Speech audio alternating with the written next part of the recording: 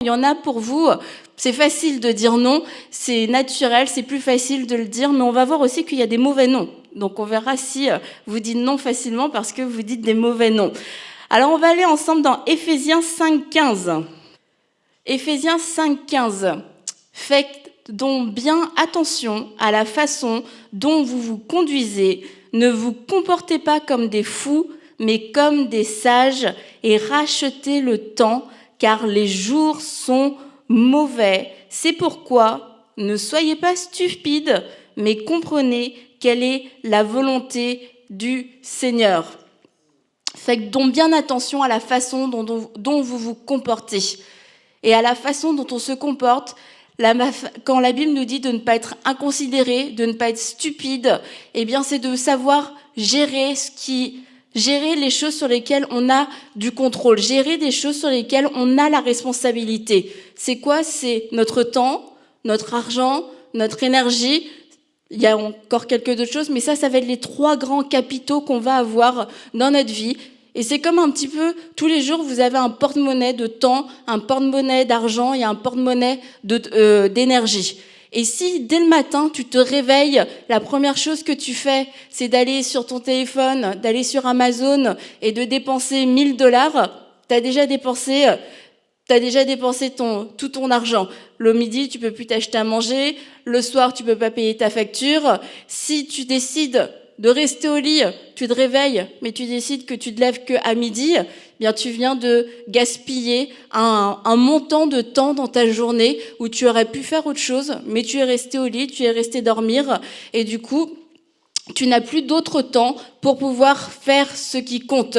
Ton énergie, dès que tu te lèves, tu commences à faire plein de choses, avant d'aller au travail, tu repeins une pièce, tu déménages ton canapé, tu laves ta voiture, t'arrives au travail, t'es déjà épuisé, t'es déjà tout donné ton énergie parce que tu as fait tout un tas de choses dès le matin en quelques heures. Bon, ceci dit, qui repeint une pièce et qui déménage une maison avant d'aller au travail, il y a peu de gens qui le font, mais c'est pour vous donner un exemple de la façon dont nos portefeuilles peuvent se vider et on se retrouve au milieu d'une journée, au milieu d'une vie, à se dire, en fait, qu'est-ce qui me reste?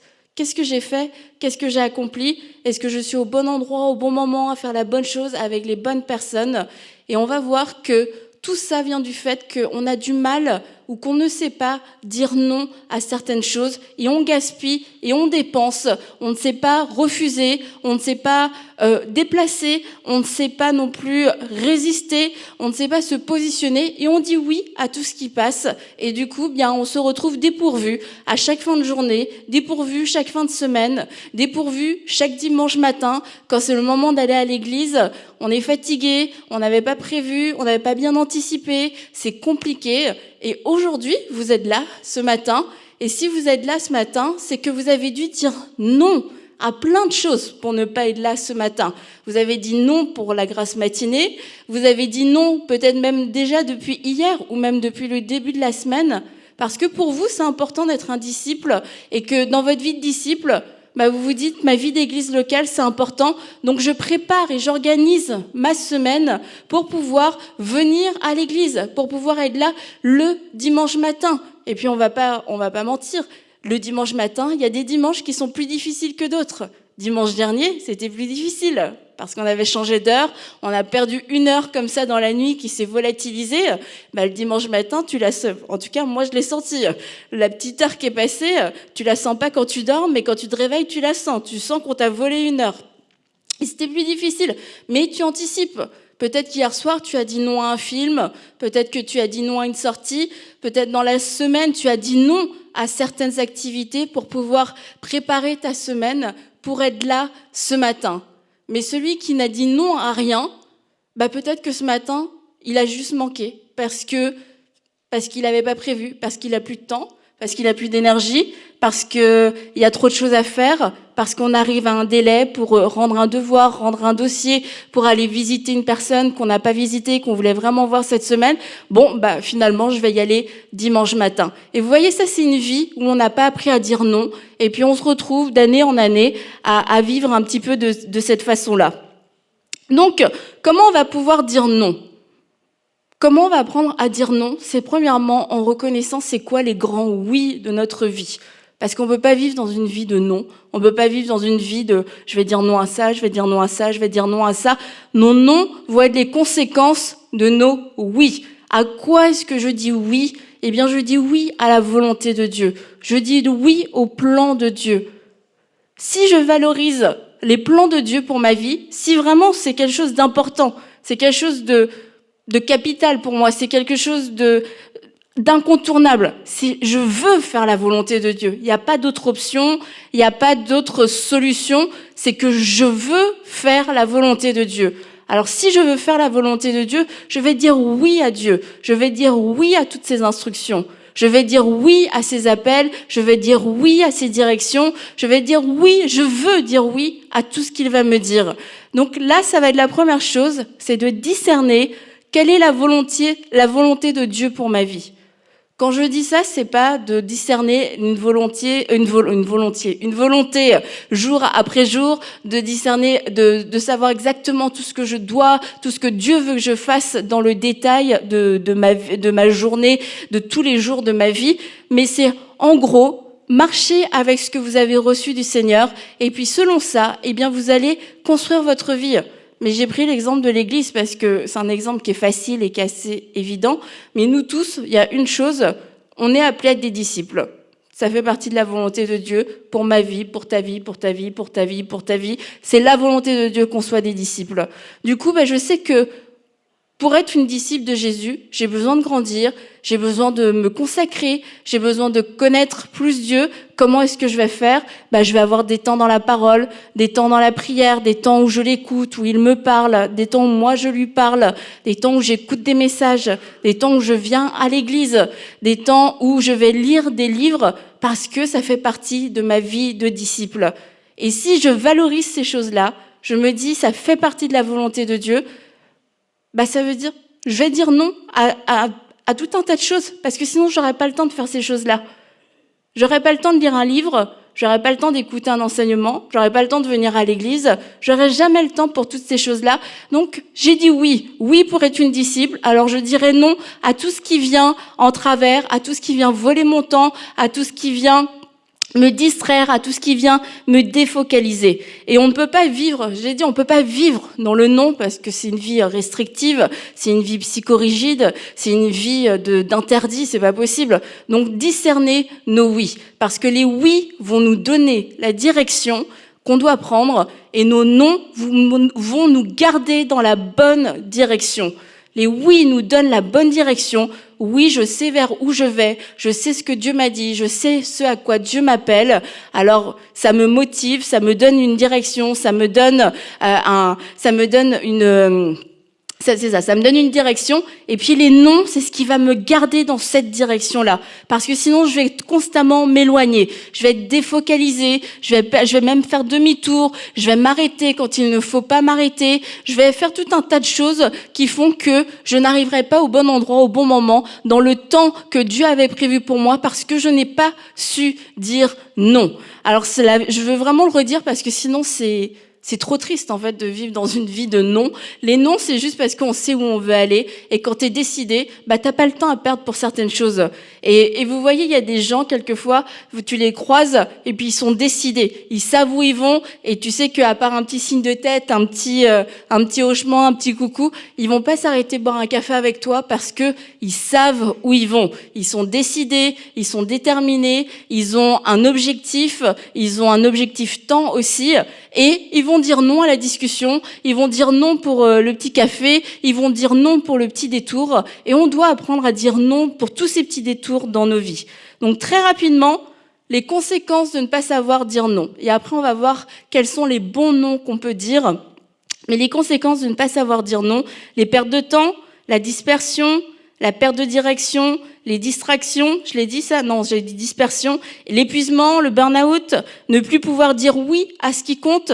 On a tellement dit oui à tout qu'en fait, quand arrive la bonne chose, on n'a plus de force, on n'a plus d'énergie, on n'a plus de temps et on n'arrive pas à dire oui. Les frustrations aussi, les relations toxiques, les relations superficielles. Parce que dire non, c'est aussi dire non à certaines relations.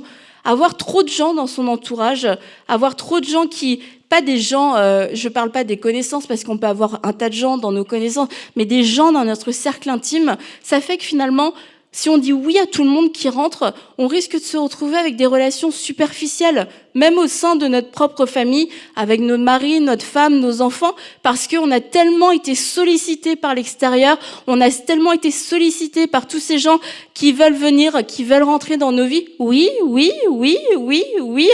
que on est drainé, on a tout donné et on n'a plus rien à donner à nos vrais proches. On n'a plus rien à donner à ceux que Dieu nous a confiés, pour qui on doit être une source de bénédiction.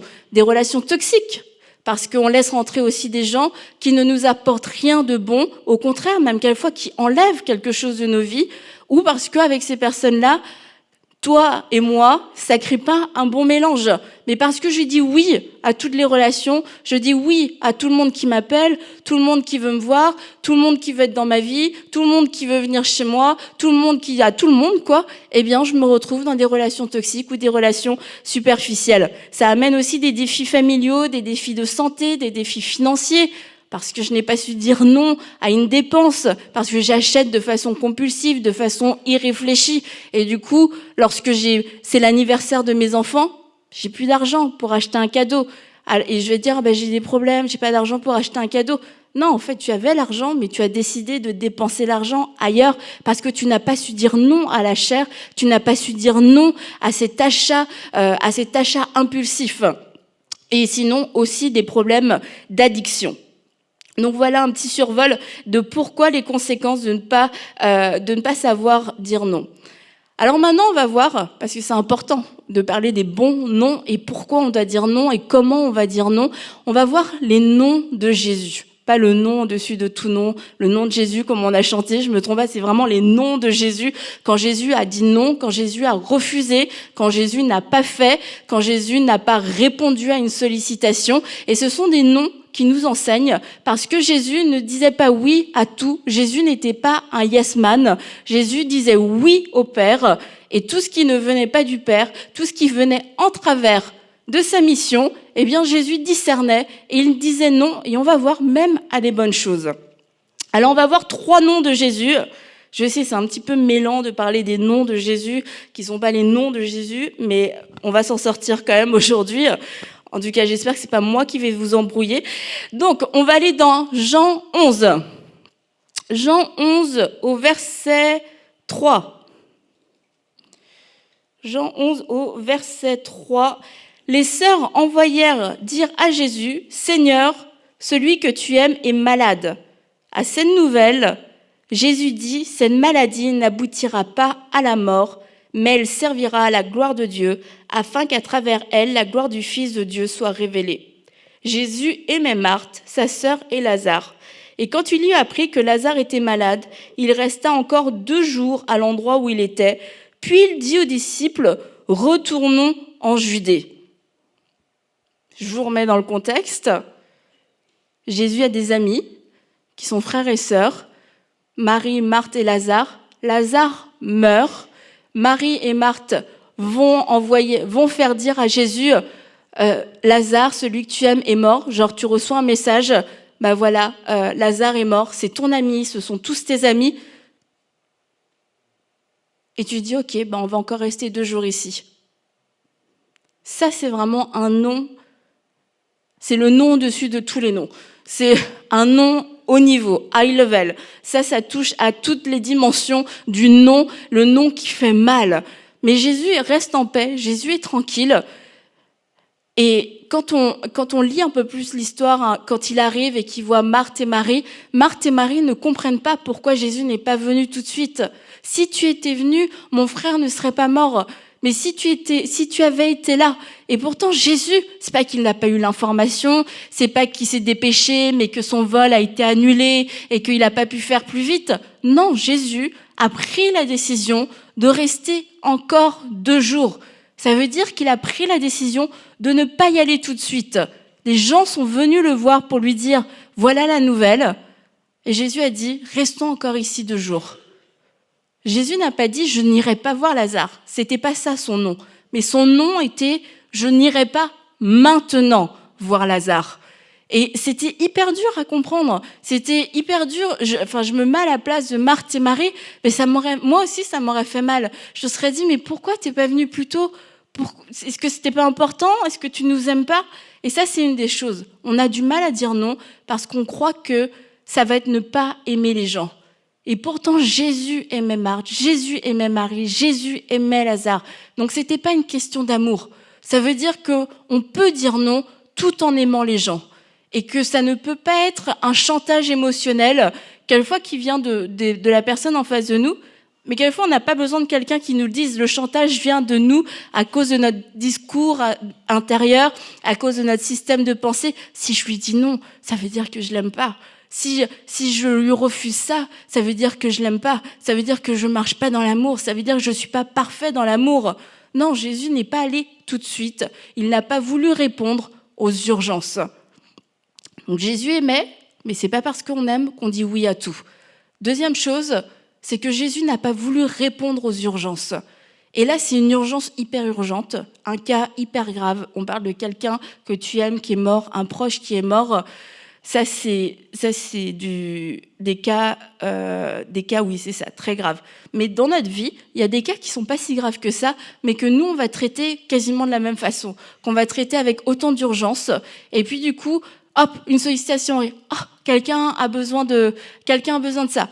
Quelqu'un a besoin de ça, j'ai besoin de ça. Et tu réponds à tous les besoins, tu réponds à toutes les sollicitations, à toutes les urgences qui arrivent dans ton téléphone, dans ton planning, dans ton bureau, dans ta maison, dans ton jardin, dans ton allée. Bref, toutes les urgences, toutes les sollicitations possibles. Tu dis oui, tu dis oui, tu dis oui, tu dis oui.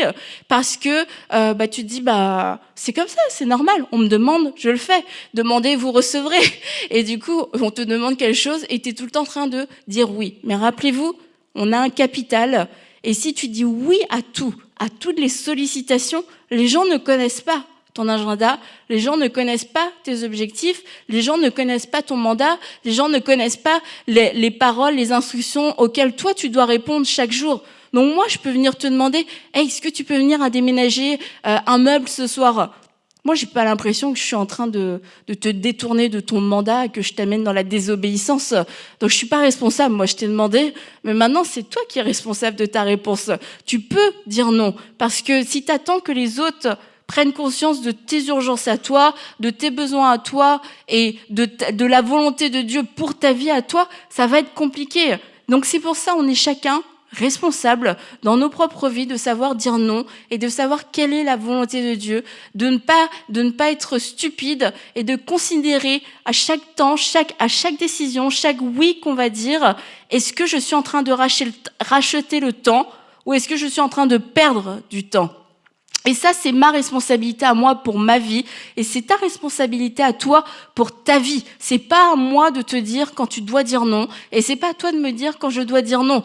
On peut s'entraider, on peut se conseiller, mais n'empêche que le mot final te revient, parce que c'est ta vie, ta décision, ta responsabilité. Donc Jésus n'a pas voulu répondre aux urgences, même dans une situation grave.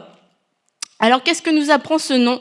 C'est de ne pas répondre ni aux urgences, ni aux pressions, parce que aux pressions, et surtout quand ça semble légitime. Je le rappelle, Lazare est mort, et ce sont ses amis. C'est pas quelqu'un qui connaissait quelqu'un, qui connaissait quelqu'un, qui connaissait quelqu'un. Non, ce sont ses amis, des gens qui l'aiment profondément, et pourtant, il n'y va pas. Et pourtant, il dit non. Ne pas céder à toutes les urgences, comme je l'ai dit. Ne pas dire oui aussi par peur de décevoir, par peur de se dire Marthe et Marie vont être déçues. Je crois pas que ce soit le temps d'y aller. Je crois qu'on devrait attendre. Mais bon, pour faire plaisir à Marthe et Marie, je vais y aller. Et on veut souvent faire plaisir à Marthe et Marie dans nos vies. Et du coup, parce qu'on se dit, on peut pas les laisser comme ça. Ça m'amène à un autre point. On ne peut pas les laisser comme ça. D'un seul coup, on oublie que Dieu est Dieu. On oublie que c'est lui qui sauve, c'est lui qui guérit, c'est lui qui délivre, c'est lui qui s'occupe des personnes, ce n'est pas moi le sauveur. Et bien que Jésus était pour le coup le sauveur, moi je ne suis pas le sauveur de toutes les situations. Et vous n'êtes pas le sauveur de toutes les situations. Et quelquefois on a du mal à dire non parce qu'il y a une situation qui arrive dans notre cour, qui arrive à nos oreilles, et on se dit mais si je fais pas quelque chose, que va-t-il se passer ? Est-ce que la personne va s'en sortir? D'un seul coup, je deviens la solution. Je deviens l'unique et seule solution. Je deviens Dieu incarné pour cette personne dans ma pensée, tellement je ne veux pas lui dire non, tellement je ne veux pas remettre ce dossier. C'est pas qu'on jette le dossier à la poubelle, mais si c'est pas ton dossier, si tu sens dans ton cœur que c'est pas ton dossier, tu remets ce dossier entre les mains de Dieu. On le jette pas par négligence. Oh, je m'en fiche. Oh, il y a qu'à se débrouiller. C'est pas avec cet état d'esprit qu'on va dire non. Mais c'est avec ce cœur d'obéissance, et on va revenir constamment à l'obéissance. Seigneur, j'ai l'impression que c'est pas ce que tu veux que je fasse, mais tout en moi veut dire oui, parce que j'ai l'impression que je vais laisser tomber cette personne, parce que la situation est grave, parce que j'ai l'impression que si je ne fais rien, cette personne va sombrer, cette personne n'a pas d'argent pour payer son loyer. Quelqu'un vient vous voir. J'ai pas d'argent pour payer mon loyer. Si je ne paye pas mon loyer d'ici 3 jours, je vais être expulsée. J'ai une famille, j'ai des enfants. Ça fait mal. Ça fait mal à ce moment-là. Tu te dis, mais je veux payer ton loyer. Et là, tu sens dans ton cœur, ne paye pas le loyer. Tu n'as pas les moyens de payer le loyer. Si tu payes son loyer, toi, tu auras besoin d'argent pour payer ton loyer aussi à la fin du mois. 2, juste, tu sens que c'est pas à toi de le faire. Tu sens que c'est pas ta responsabilité. Pourtant, c'est une bonne chose de payer le loyer de quelqu'un. C'est une bonne chose de venir secourir à une personne qui est dans le besoin. C'est une bonne chose d'apporter de l'aide à quelqu'un qui est dans la souffrance. Mais tu sens que ce n'est pas la bonne chose à faire.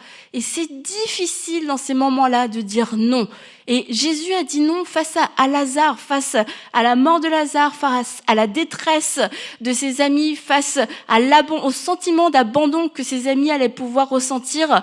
Mais quand il est arrivé, Jésus a dit, il a prié. Il a dit merci parce que je sais que tu m'exauces toujours. Et quand cette personne arrive, que tu sais dans le fond de ton cœur que tu n'es pas la réponse, tu dis Seigneur, merci parce que je sais que tu m'exauces toujours. Tu vas prendre soin de cette personne. Je ne sais pas pourquoi, mais je sais que ce n'est pas à moi de répondre à ce besoin. Alors j'accepte de marcher dans l'obéissance et j'accepte de dire non. Mais ce sont des noms qui font mal, des noms qui peuvent qui t'empêchent quasiment de dormir, te demander mais comment ils ont fait. Et tu sais, quelquefois, toi, tu portes le fardeau, tu te sens mal pour les gens, tu t'inquiètes parce que tu as dit non, tu as réussi à dire non, mais à côté de ça, tu es dans des tourments pas possibles, en train de te demander mais s'ils sont à la porte, ils vont aller dehors, ils vont dormir dehors, tout ça sera de ma faute, puis les enfants vont être enlevés, j'aurais détruit une famille parce que j'ai dit non. Et tu te fais tout un scénario, tu portes le poids, la culpabilité du monde, et puis finalement tu recroises les gens et toi tu dors pas depuis 3 jours. Ça va? Ah ouais, j'ai trouvé une solution en fait. Ok, d'accord. Mais toi tu t'es senti à un moment donné quand tu as eu le besoin, qu'ils sont venus te voir, tu te sens comme le sauveur du monde, que sans toi ils pourront jamais s'en sortir.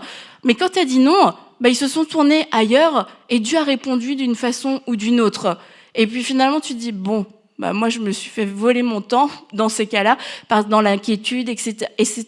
Et vous voyez, c'est là où on voit que Dieu répond, que Dieu agit, que Dieu prend soin des personnes qui ne sont pas sous notre responsabilité, dans le sens où leur besoin ne fait pas partie à ce moment-là de notre responsabilité.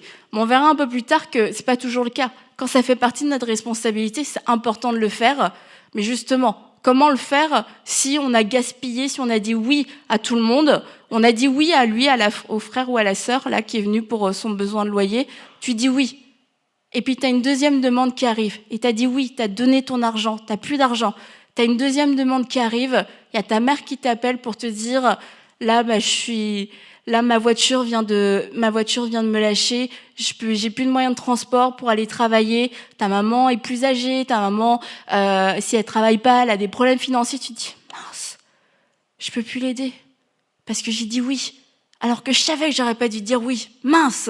Et c'est comme ça qu'on apprend quelquefois difficilement à dire non et à voir à quel point nos oui vont nous coûter à nous et vont coûter aux gens à qui on aurait pu dire oui, pour qui on aurait pu être une source de bénédiction. Donc ça, c'est un non, comme j'ai dit, qui est vraiment très très haut. C'est un nom qui est très fort, mais c'est un nom qui nous enseigne énormément. Ce nom de Jésus, pour ne pas aller tout de suite voir Lazare dans une situation grave, ne pas répondre aux pressions, ne pas répondre aux urgences, ne dépasser la peur de décevoir, la peur de se dire, ce sera trop tard, mais d'être dans la foi, de rester dans la foi, de rester dans la paix, ça nous enseigne énormément. On va aller voir un deuxième nom de Jésus, le nom dans Luc 4, 40. Ça va, vous allez bien ? Vous voulez pas me dire non ? Luc 4, 40. Au coucher du soleil, tous ceux qui avaient des maladies atteints de diverses maladies les lui amenèrent. Il guérit chacun d'eux en posant les mains sur lui. Des démons aussi sortirent de beaucoup de personnes en criant et en disant « Tu es le Fils de Dieu ». Mais il les reprenait sévèrement et ne leur permettait pas de parler parce qu'ils savaient qu'il était le Messie. On voit Jésus est dans un temps de conférence extraordinaire où il se passe des choses merveilleuses, des belles choses. Et le lendemain matin, quand il fait jour, il sortit et se retira dans un endroit désert. Une foule de gens se mirent à sa recherche et arrivèrent jusqu'à lui. Ils voulaient le retenir afin qu'il ne les quitte pas. Mais il leur dit, il faut aussi que j'annonce aux autres villes la bonne nouvelle du royaume de Dieu, car c'est pour cela que j'ai été envoyé. Et il prêchait dans les synagogues de la Galilée. Ils voulaient le retenir, ils ne voulaient pas que Jésus le quitte, mais Jésus leur dit, il faut aussi que j'annonce aux autres villes la bonne nouvelle du royaume de Dieu. Jésus vient de vivre des temps extraordinaires. Les gens ont vécu des temps extraordinaires avec Jésus. Il guérit tous les malades. Les gens sont délivrés. Tu te dis, mais si Jésus était là avec nous tout le temps, ce serait tellement formidable. Jésus ne faisait rien de mal. Au contraire, il faisait des choses extraordinaires. Et les gens ne veulent plus le laisser partir. Non, on aimerait. Jésus, reste, s'il te plaît. Reste encore un peu. Reste encore une journée, 2 jours. Reste avec nous. On va bien t'accueillir. On t'a même trouvé un logement. On t'a trouvé une voiture. On prend en charge tes frais de déplacement si tu veux aller de temps en temps ici et là, mais reste avec nous. Et Jésus dit, non, je peux pas rester avec vous. Je ne peux pas, parce que je dois aller encore dans d'autres villes, je dois aller dans d'autres villages.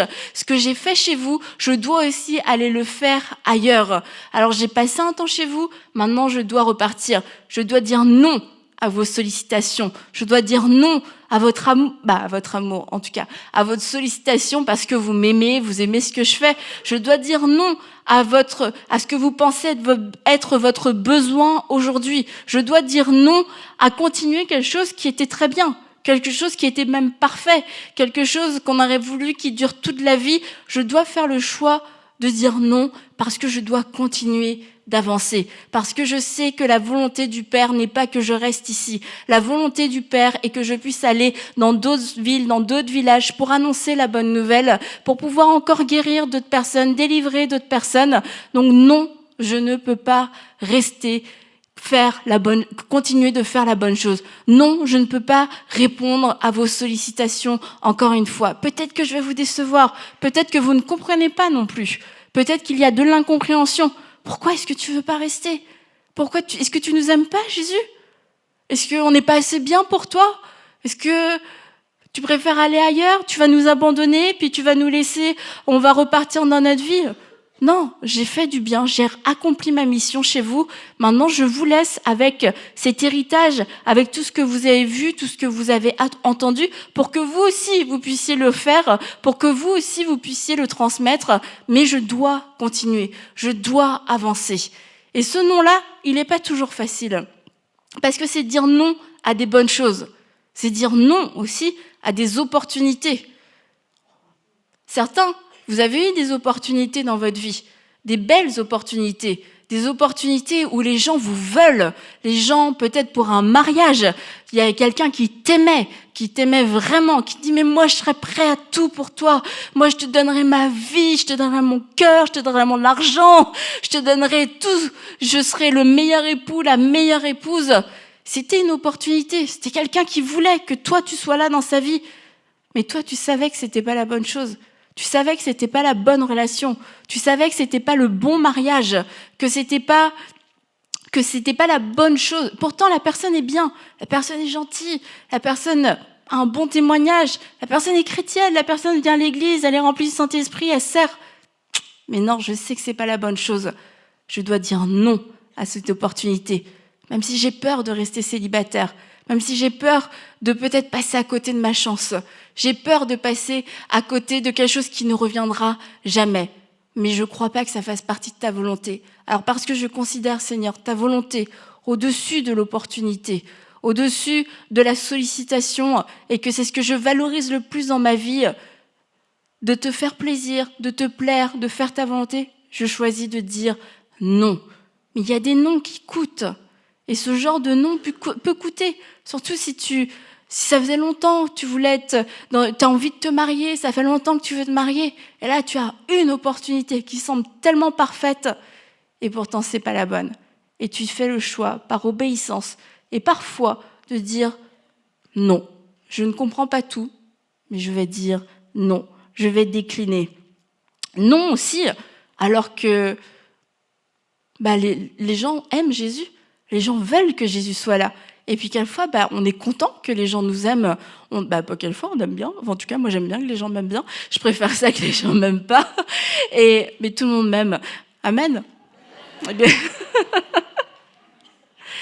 j'ai pas vu qui n'a pas dit amen, mais ça avait l'air assez global.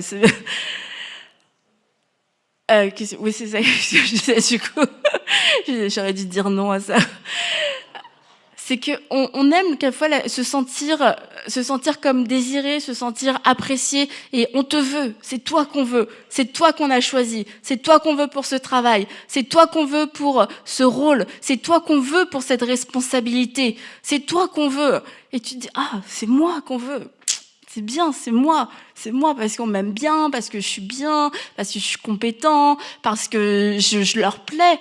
Et du coup, ça peut être difficile de dire non, parce que on aime bien juste être sollicité, on aime bien être au centre, on aime bien être apprécié. Alors du coup, c'est plus facile de dire oui à ces gens-là. C'est plus facile de dire oui à ces sollicitations-là, parce que quelquefois, elles viennent nous flatter, elles viennent nous caresser dans le sens du poil, elles viennent quelquefois aussi remplir un ego, elles viennent toucher notre orgueil personnel, et on a envie de dire oui. Oui, c'est vrai, je suis la personne de la situation. Et Jésus dit non, moi je sais ce que j'ai à faire. Et par là, Jésus aussi dit non au fait que les gens développent une forme de dépendance. On est dépendant à Jésus, bien sûr, mais une mauvaise dépendance. Et dans le sens, si tu restes, c'est comme ça qu'on va pouvoir marcher avec toi. Si tu pars, on ne te connaît plus. Là, ça devient du chantage aussi. Et quelquefois, il y a des personnes, ils nous font des opportunités, ils nous sollicitent en nous faisant croire que si tu n'es plus là, leur vie va s'écrouler. Si tu pars, la boîte va pas tenir. Si toi tu travailles pas le dimanche, on va devoir fermer. C'est sûr, on va devoir fermer. Si toi tu veux pas travailler le dimanche, il y a des patients qui vont mourir. T'auras ça sur la conscience. Et en fait, les gens essayent quelquefois de rentrer dans cette manipulation parce qu'ils ont senti que ça marchait un petit peu avec toi, cette facilité à te culpabiliser, à prendre le blâme, prendre la responsabilité. Et c'est les moments où il faut savoir aussi dire non. Non, je ne suis pas le sauveur, comme j'ai dit du monde. Et non, je refuse de me sentir et de me croire indispensable pour tout et pour tout le monde. C'est faux, c'est pas possible. Il y a des endroits, je suis entre guillemets indispensable, c'est là où Dieu m'appelle à être. Mais là où Dieu ne m'appelle pas à être, c'est que ça peut tourner sans moi. Et de dire oui, ça va faire que je vais m'épuiser, que je ne serai pas là où je devais être et que là, j'étais indispensable. Et donc, vous voyez, c'est encore toute notre histoire de portefeuille. On dépense et je dis oui à l'opportunité, oui là où je ne suis pas indispensable, oui là où j'ai été manipulée, là où j'ai dit oui parce que j'ai eu peur de décevoir ou parce que j'ai été flattée dans mon ego. Mais c'est autant de oui qui vont nous prendre du temps, de l'énergie, de l'argent, et qui font qu'on ne sera pas capable, qu'on ne sera pas en mesure de répondre au vrai oui, de répondre à l'appel et à la volonté de Dieu. Un dernier nom concernant Jésus, il en a eu d'autres, mais on n'avait pas le temps de tous les faire, mais un dernier nom, c'est le nom pour prouver ou impressionner. Alors on va aller dans Matthieu 16, 1.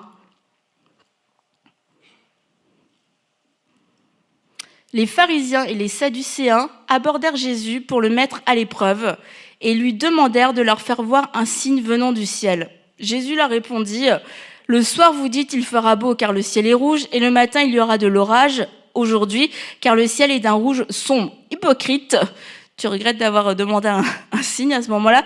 Hypocrite, vous savez discerner l'aspect du ciel et vous ne pouvez pas discerner les signes des temps. Une génération mauvaise et adultère réclame un signe et il ne lui sera pas donné d'autre signe que celui de Jonas. Puis, il quitta et s'en alla. Donc moi, j'ai souligné le début. Les pharisiens et les sadducéens abordèrent Jésus pour le mettre à l'épreuve. Quelques versets plus loin. Puis il quitta et s'en alla. Jésus n'a pas donné le signe. Jésus n'a pas fait ce qu'on lui a demandé parce qu'on est en train de lui demander quelque chose pour qu'il se prouve, pour pouvoir impressionner. C'était un piège. Et on se retrouve quelquefois dans des situations dans nos vies où on sent qu'on doit faire nos preuves. On sent que les gens vont nous regarder. Si toi vraiment, toi tu dis que t'es comme ça, vas-y prouve-le, fais-le. Et quelquefois on va même dans la compétition, dans le sport, parce qu'on va être provoqué, on va être titillé. Toi t'es pas capable de faire ça. Toi t'arriverais pas à sauter d'ici. Ah ouais, on va voir si je suis pas capable de le faire. Ouais, toi, je suis sûre que t'aurais trop peur de faire ça. Et du coup, il y a des personnes, ça vient les chercher. C'est comme, là, tu m'as parlé, là, tu m'as lancé un défi. Je suis pas capable. Tu vas voir si je peux pas le faire. Et tu te retrouves à faire des choses insensées. Tu te retrouves à répondre à ces pharisiens et ces sadducéens. Montre-nous un signe. Prouve-nous, montre-nous qui tu es réellement. Et du coup, tu te retrouves à sauter du haut des gradins juste pour prouver que t'as pas peur, juste pour prouver que t'es capable de le faire, juste pour prouver que t'es le meilleur et que toi, t'es vraiment fort, t'es courageux. Et puis, tu te retrouves après blessé et tu te dis, Seigneur, pourquoi tu n'étais pas avec moi lorsque j'ai fait cette chose insensée? Parce que la solution aurait été de dire non à la provocation, de dire non à ce défi qui vient te défier quelquefois dans ton ego, un petit peu de compétition, un esprit de compétition, mais aussi quelquefois dans tes insécurités, parce que tu es insécure dans ton identité et du coup, dès que tu sens cette insécurité, tu te sens obligé de faire plus que tout le monde. Faut faire 10 pages, moi je vais en faire 15. Il faut arriver à 8 heures, moi je serai là à 7h30. Et tu te retrouves tout le temps à faire plus, mais pas de bon cœur. C'est pas le plus de bon cœur, le plus parce que tu veux donner, parce que ça te fait plaisir, parce que tu veux être vraiment dans l'excellence. C'est un plus que tu fais parce que tu as peur de ne pas être à la hauteur. Tu as peur qu'on vienne te reprocher quelque chose. Et ça, c'est un peu le syndrome de l'imposteur. Le fait de croire qu'on n'est pas à sa place et le fait de penser qu'on va venir découvrir que finalement, en effet, tu n'étais pas à la hauteur. Et du coup, tu passes ton temps à essayer de compenser ce que tu penses être des manques, être des faiblesses. Et tu travailles plus. Tu fais toujours plus que ce qu'on te demande. Et tu es fatigué, tu es épuisé parce que tu es drainé déjà par la peur de ne pas être à la hauteur et pas par un désir de faire bien. Donc forcément, ça vient t'aspirer, ça vient te fatiguer.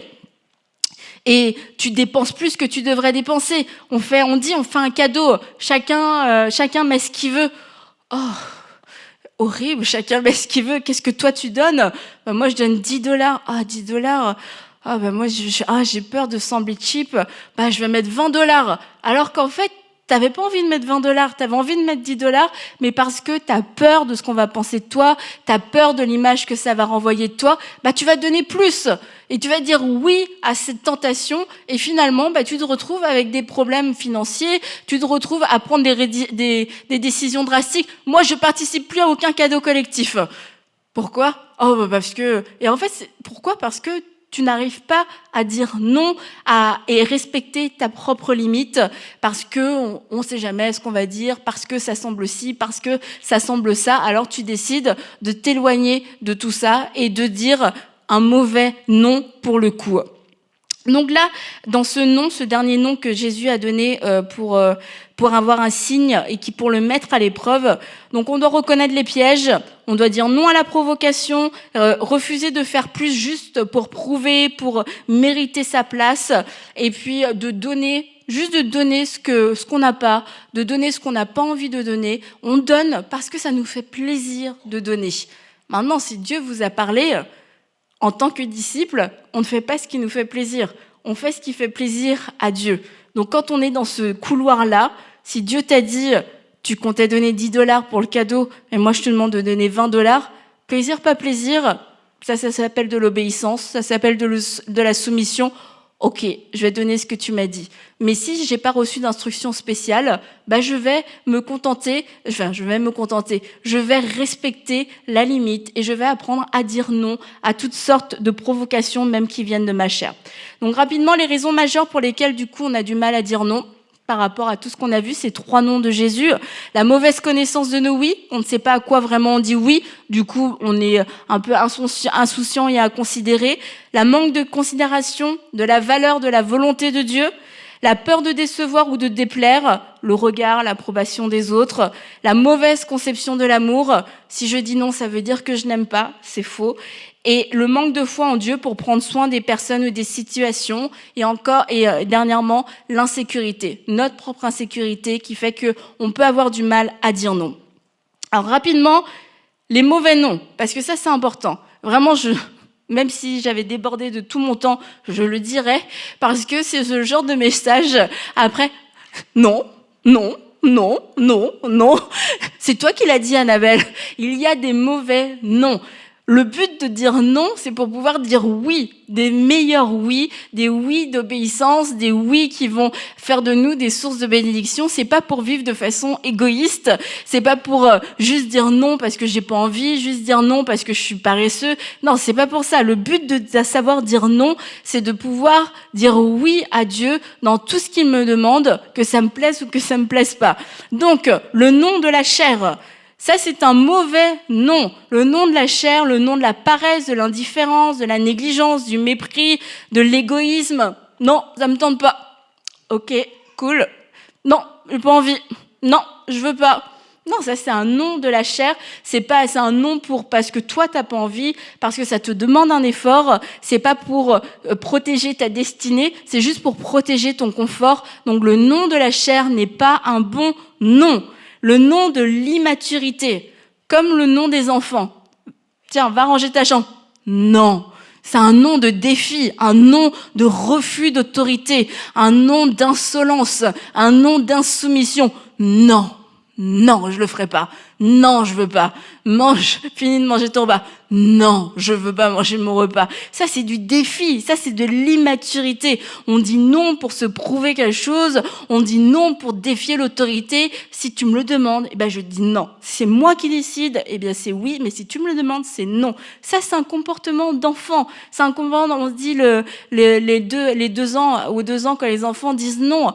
Ayons plus que 2 ans spirituellement, apprenons à dire oui, même quand ça nous tente pas. Si ça fait partie de notre vie de disciple, si ça fait partie de notre marche dans l'amour, oui, il y a des fois on va devoir dire oui à des choses qui vont nous déranger, à des choses qui vont venir nous prendre du temps qu'on n'avait peut-être pas prévu, mais on sent que c'est ce que Dieu veut qu'on fasse.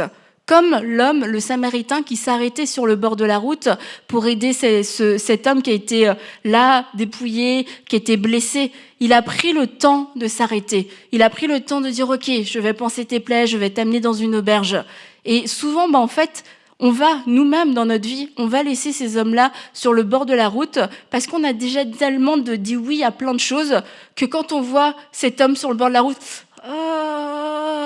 non, j'ai pas le temps.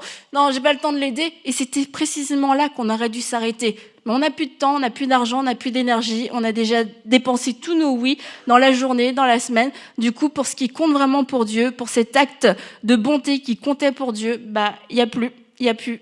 Donc, on finit par dire non. Et ça, c'est les non, les fruits de nos mauvais oui, parce qu'on a tout dépensé. Donc, 3 mauvais noms. Le nom de la chair, le nom de l'immaturité et le nom qui est le fruit de nos mauvais oui, le fruit de notre mauvaise gestion. Et là, en 2 minutes, comment dire non ? C'est pas parce qu'on dit non qu'on est impoli. C'est pas parce qu'on dit non qu'on est bête. Non, je veux pas. Non. On peut juste dire non gentiment. On peut juste dire non poliment parce que toi, tu connais pas tout mon process pour te dire non. Non, tu veux payer mon loyer? Non, non, j'aurais aimé, ça m'aurait fait plaisir, j'aurais aimé t'aider, mais non, je ne peux pas. Tu ne tombes pas dans un tas de justifications à sortir ton budget, bah voilà, tu vois, si je fais ça, après, blablabla. Mais juste, tu réponds pas non. Juste, tu peux dire une phrase agréable, une phrase gentille. L'autre chose, dire non à tout ou à une partie, à voir est-ce qu'il y a une alternative, est-ce qu'on peut trouver ensemble un consensus. Tu m'as invité à manger, mais si je viens manger chez toi, ça veut dire que je prends une soirée avec ma famille, et moi, ma soirée avec ma famille, c'est important, ça fait partie de ce que je valorise, ma famille est ma priorité. Peut-être qu'on peut faire un café. Peut-être qu'on peut faire une collation, quelque chose qui durera moins longtemps, puis quelque chose, on va passer du temps ensemble, mais en même temps, je passerai du temps avec ma famille. Quelquefois, c'est pas possible. Donc, on cherche pas d'alternative pour faire plaisir s'il n'y a pas d'alternative de possible. Et la dernière chose, c'est de dire la vérité. Je dis non, mais je ne mens pas. Ah non, je peux pas venir, je suis malade, je suis malade, les enfants sont malades. Alors qu'en fait, non, c'est juste, t'es fatigué, c'est juste que t'as prévu autre chose, ça fait pas partie de tes priorités. Ne mens pas, dis la vérité. T'es pas obligé de tout dire, de tout dévoiler, mais ne mens pas. Dis juste, ben non, messieurs, je ne pourrai pas venir, nous ne pouvons pas, je ne peux pas venir, mais t'es pas obligé de... Et parce que on veut te dire tellement de choses quelquefois qu'on se retrouve à dire des choses qui sont fausses. Donc on ne ment pas. On dit non de façon polie. S'il y a une autre alternative, on y réfléchit, mais si on n'a pas, on n'essaie pas d'en trouver une non plus. Et la troisième chose, c'est qu'on ne ment pas quand on dit non. Alors je vais terminer en vous relisant ce verset que j'ai lu au tout début dans Éphésiens 5:15. Et s'il y a une chose à retenir, ce serait ça. Faites donc bien attention à la façon dont vous vous conduisez. Ne vous comportez pas comme des fous, mais comme des sages. Rachetez le temps, car les jours sont mauvais. C'est pourquoi ne soyez pas stupides, mais comprenez quelle est la volonté du Seigneur. Nous ne voulons pas être un peuple stupide, nous voulons comprendre la volonté du Seigneur et nous savons que pour accomplir la volonté de Dieu, eh bien, nous avons besoin de racheter le temps. Et racheter le temps, c'est un bon gestionnaire, une bonne gestionnaire de mon temps. Et pour être un bon gestionnaire de mon temps, un bon gestionnaire de mon argent, de mon énergie, de tout ce que Dieu a mis entre mes mains, je dois apprendre à dire non. Je dois apprendre à dire non, sinon je vais être sollicitée et je vais gaspiller, je vais me gaspiller, je vais gaspiller ma vie et notre vie est bien trop précieuse, notre destinée est bien trop précieuse pour la gaspiller avec des oui donnés à la va-vite et des décisions prises à la va-vite.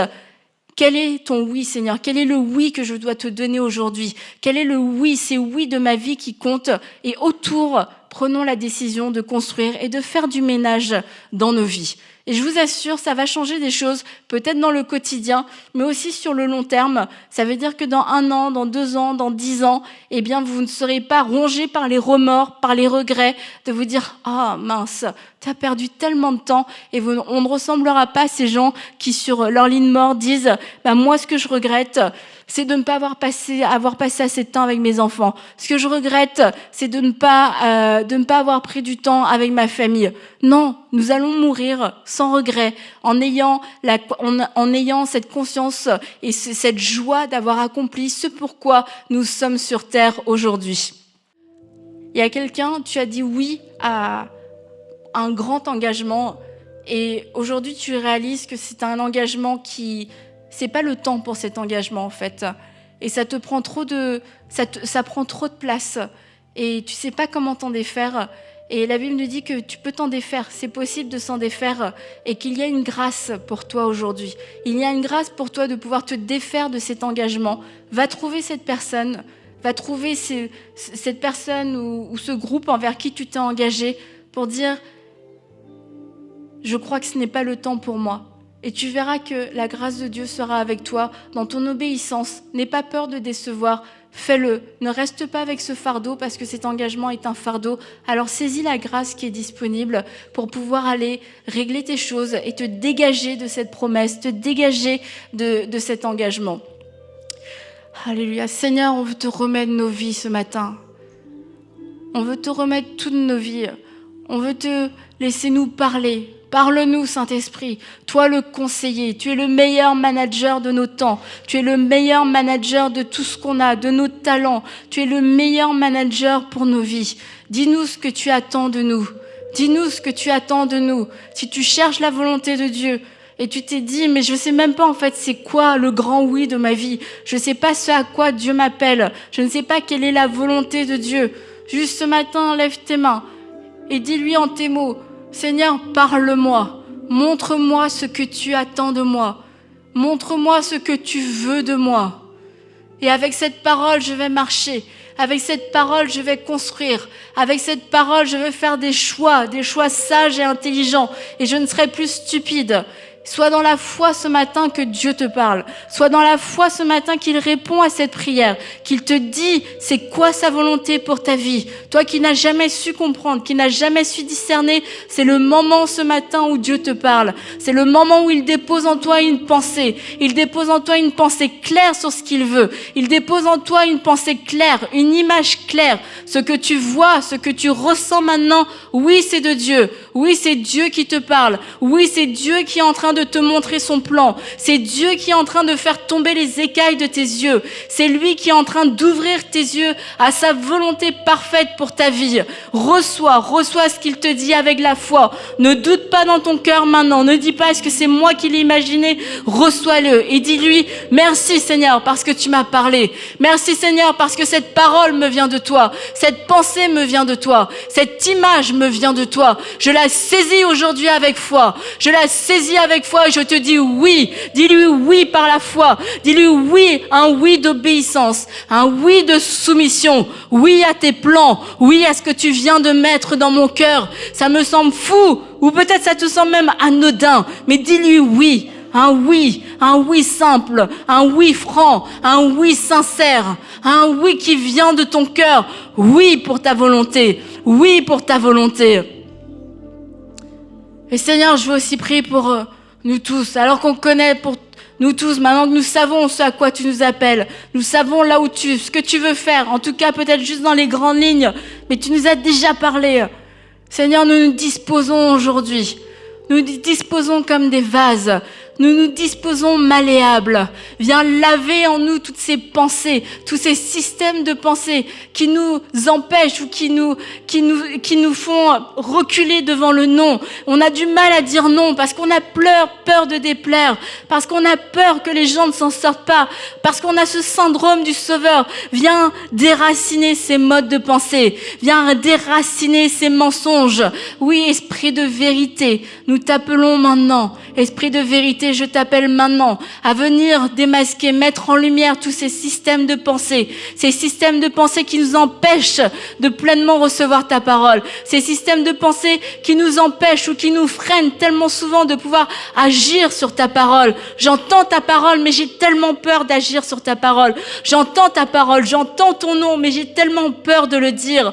Esprit de vérité, viens mettre en lumière ces choses afin qu'elles soient déracinées. Peur de déplaire, peur de décevoir, peur de ne pas être à la hauteur, peur de ne pas être la bonne personne, peur d'être rejeté, peur de rester seul. Ces choses sont déracinées maintenant par la vérité de Jésus-Christ qui s'implante en toi, la vérité de Jésus-Christ qui s'enracine en toi. Nous prenons la décision de renoncer à ces mensonges alors qu'il y a un système de pensée qui a été exposé. Un système de pensée, tu vois que c'est comme ça que tu fonctionnes. Tu vois que c'est pour ça que tu as du mal à dire non. Pour toutes ces choses, ou une de ces choses dont on a parlé. Le Saint-Esprit te le montre, non pas pour t'exposer, mais pour te dire, voilà, c'est là où est le point faible. Mais aujourd'hui, renonce. Aujourd'hui, renonce à ce système de pensée. Et laisse-toi renouveler dans ton intelligence. Accepte cette parole de vérité. Accepte que tu as le droit de dire non. Et que lorsque tu dis non, ce n'est pas parce que tu n'aimes pas, parce que c'est un mensonge.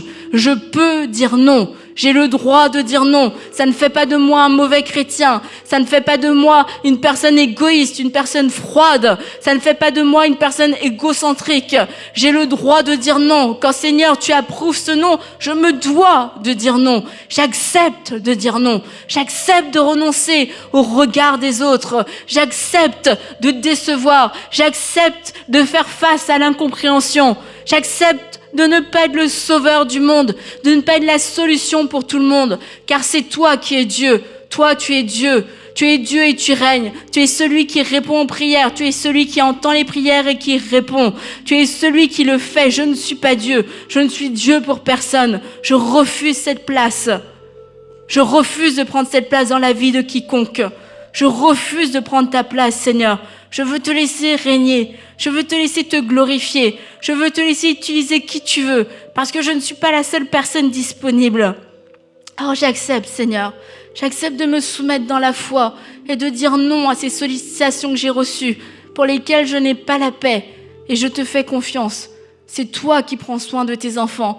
Tu prendras soin de ce frère. Tu prendras soin de cette sœur. Je te la remets entre tes mains. Et tu vas te glorifier encore une fois par ta bonté et par ta sagesse. Alléluia. Seigneur, nous voulons courir. Nous voulons courir dans tes plans. Nous voulons courir dans le chemin que tu as ouvert pour nous. Parce que nous devons racheter le temps. Le temps est court. Nous ne voulons pas être insensés ni stupides. Alors accélère les choses pour nous. Accélère les choses. Que ce qui pouvait prendre 10 ans en prenne moins. Enseigne-moi. Que je puisse comprendre vite. Que mon intelligence puisse se renouveler vite. Que mon cœur soit disposé à apprendre vite. Que mon cœur soit disposé. Que mon cœur soit comme une éponge qui puisse absorber la vérité, absorber ta parole. Seigneur, oui, fais ce temps. Je crois dans ce temps d'accélération parce que j'ai perdu tellement de temps. À celui qui dit j'ai perdu tellement de temps, Dieu ne peut plus rien faire. Non, c'est le moment de racheter le temps. Alors que tu disposes, c'est le moment de racheter le temps. C'est le moment pour un temps d'accélération dans tes apprentissages. Un temps d'accélération dans l'enseignement de la parole de Dieu. Un temps d'accélération dans ta vie de discipulat. Un temps d'accélération dans ta compréhension, dans ta méditation, dans ta vie avec le Seigneur, dans ta communion avec le Seigneur. Oui, c'est ce temps si tu le saisis. C'est ce que tu veux, parce que tu veux racheter le temps, parce que tu as conscience que les jours sont comptés, parce que tu as conscience que tu as perdu trop de temps, que tu t'es laissé avoir par toutes sortes de distractions, par toutes sortes de freins, par toutes sortes de relations qui t'ont éloigné du plan parfait de Dieu. Il y a un temps d'accélération qui est disponible pour que nous puissions grandir bien et grandir vite, parce que nos cœurs sont disposés à recevoir. Si tu as besoin d'entrer dans ce temps d'accélération, dis Amen ce matin. Dis Amen. Oui, Amen. Un Amen de foi. Ce n'est pas un Amen pour exciter ta chair, pour te dire les choses s'accélèrent, tu vas tout recevoir vite. Non, c'est un temps d'accélération pour la croissance, parce que tu es disposé, parce que tu entends, tu exécutes. Tu entends la parole, tu la mets en pratique. Tu n'attends pas 1 mois, tu n'attends pas 6 mois, tu le fais tout de suite. Tu sors d'ici, tu mets en pratique ce que Dieu t'a dit. C'est comme ça que le temps d'accélération va pouvoir prendre place et que nous tous, nous allons grandir vite, que nous tous, nous allons racheter le temps, que nous tous, nous allons voir de plus en plus la gloire de Dieu au milieu de nous. Alors Seigneur, nous te rendons toute la gloire. Oui, viens visiter ton Église, afin de trouver des cœurs disposés, afin de trouver des cœurs sages et intelligents, appliqués à ta parole, appliqués à te plaire, appliqués à te rendre une louange, une adoration qui te soit agréable, un peuple qui soit appliqué à vouloir faire ta volonté, un peuple qui n'est pas dispersé, un peuple qui n'est pas inconsidéré. Seigneur, nous nous soumettons complètement et pleinement à toi. Prends nos vies et montre-nous comment la vivre dans ces temps. Montre-nous, Seigneur, oui, comment la vivre dans ces temps. À partir d'aujourd'hui, s'il y a des changements à faire, mais montre-les-moi, parce que je veux rester disposée et prête à agir sur ta parole. Ce que tu me dis, je le fais. Je veux être prompte à l'obéissance, prompte à l'écoute de ta voix, prompte, Seigneur, prompte dans toutes tes voies. Merci, parce que je crois que tu es fidèle et que ce que tu as dit, tu vas l'accomplir. Seigneur, ce ne sera pas par mes propres forces, mais c'est ta grâce qui agit en nous. Oui, c'est ta grâce qui agit en nous. Et ta grâce ne sera pas trouvée vaine. Le travail de ta grâce ne sera pas trouvé vaine. Nous allons porter du fruit. Amen. Amen. Alors disons non. Non, des bons non, comme Jésus a pu dire non, et Jésus n'a pas manqué la cible. Jésus a pu accomplir des choses extraordinaires en un temps incroyable. Il a pu accomplir ce qu'aucun homme ne pourra accomplir, un sacrifice parfait. Donc ne gâchons pas notre temps, apprenons à dire non, mais des bons non.